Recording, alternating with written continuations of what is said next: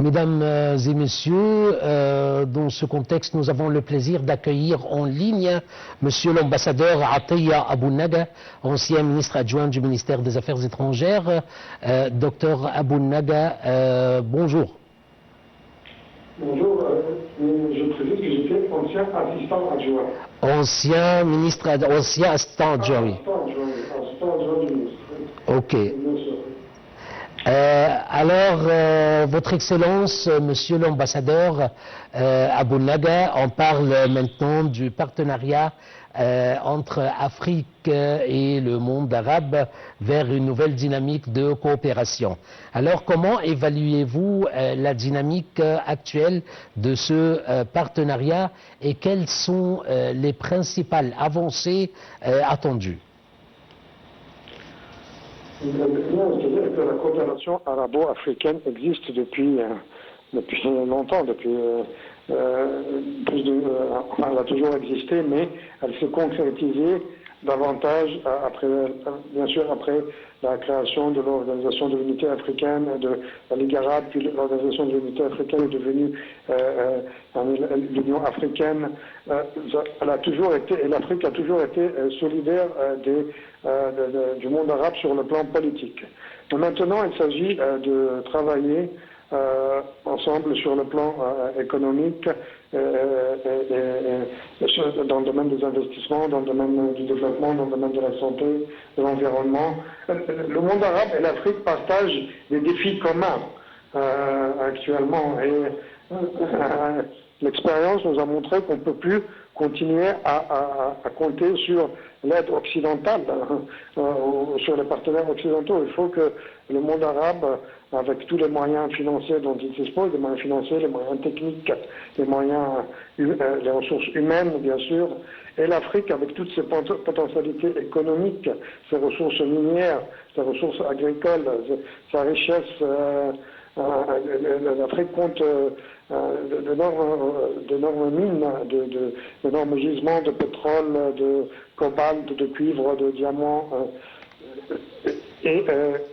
Il faut que des deux côtés, il faut dynamiser la coopération sur le plan économique pour intégrer davantage, établir une intégration régionale entre le monde arabe et le monde africain, c'est-à-dire de développer la coopération sur tous les chantiers possibles. Et il existe d'énormes potentialités car l'Afrique est très riche en ressources humaines, en ressources minières. Et le monde arabe aussi, bien sûr, dispose sur le plan géographique, avec la position particulière de l'Égypte en tant qui est au cœur en même temps du monde arabe et de l'Afrique. On peut développer davantage la coopération sur tous les chantiers.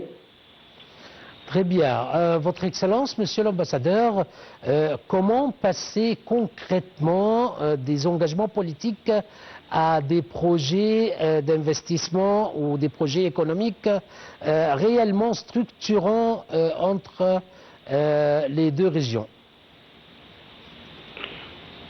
Bien, nous savons tous qu'il y a des projets, par exemple si on parle de l'Égypte et le monde arabe, il y a des projets d'infrastructure dans le domaine de l'énergie entre l'Égypte et l'Arabie Saoudite, l'Égypte et la Jordanie, l'Égypte et l'Irak. Et il y a aussi des projets sur le plan africain comme Cairo, Cape Town, comme les projets d'infrastructure dans la zone du canal de Suez, dans les régions stratégiques de l'Afrique, comme le Kenya, comme bien entendu aussi l'Afrique du Sud. Il faut relier, on est en train de créer des bases. C'est-à-dire qu'il y a des routes maintenant qui lient les pays africains entre eux, on les développe, il y a d'énormes projets d'infrastructure, et l'Égypte a joué un rôle important dans ce domaine, elle a aidé à la construction, à la construire, enfin le grand barrage Nyerere en Tanzanie. Nous avons vu aussi qu'il y a 2 ou 3 mois, nous avons vu cette initiative qui s'appelait Africa Forward, qui a été lancée par le président français Macron. Mais il s'agit de développer des projets d'infrastructure en Afrique pour servir le continent européen, les pays de l'Union européenne. Non, c'est bien, d'accord, mais on aimerait que des projets similaires ou des initiatives similaires servent la coopération arabo-africaine.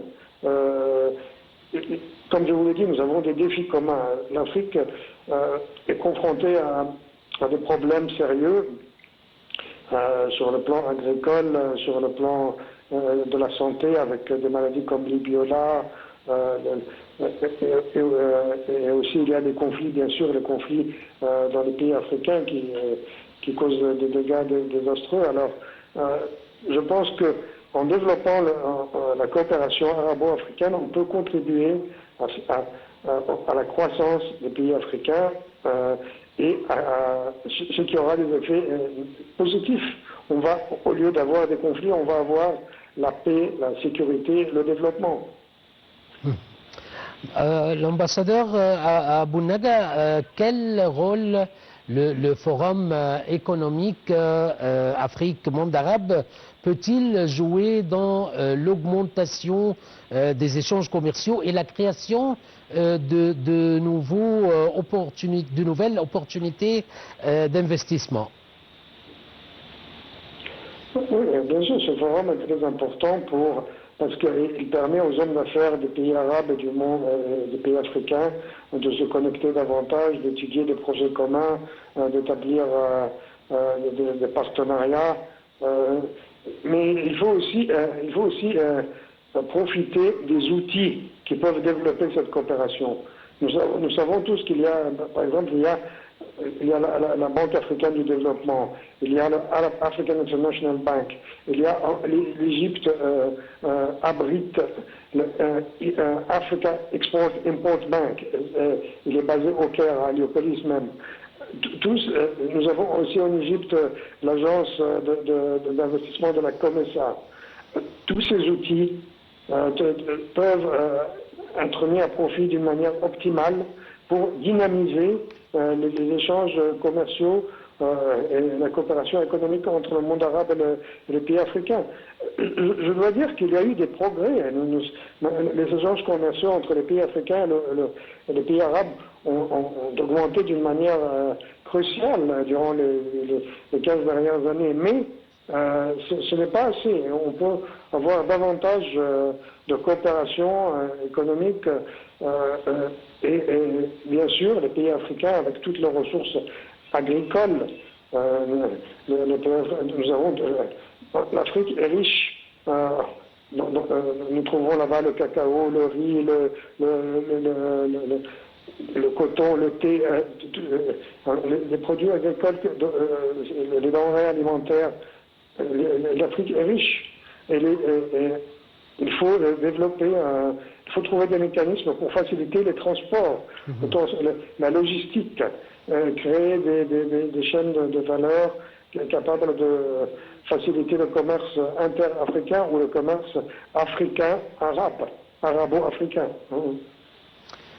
Votre Excellence, Monsieur l'ambassadeur Ataya Abou Naga, vous êtes assistant du ministre des Affaires étrangères, ancien assistant du ministre des Affaires étrangères. Je vous remercie infiniment pour votre intervention. Mesdames et messieurs, je vous laisse maintenant, avant de terminer, avec une petite infographie.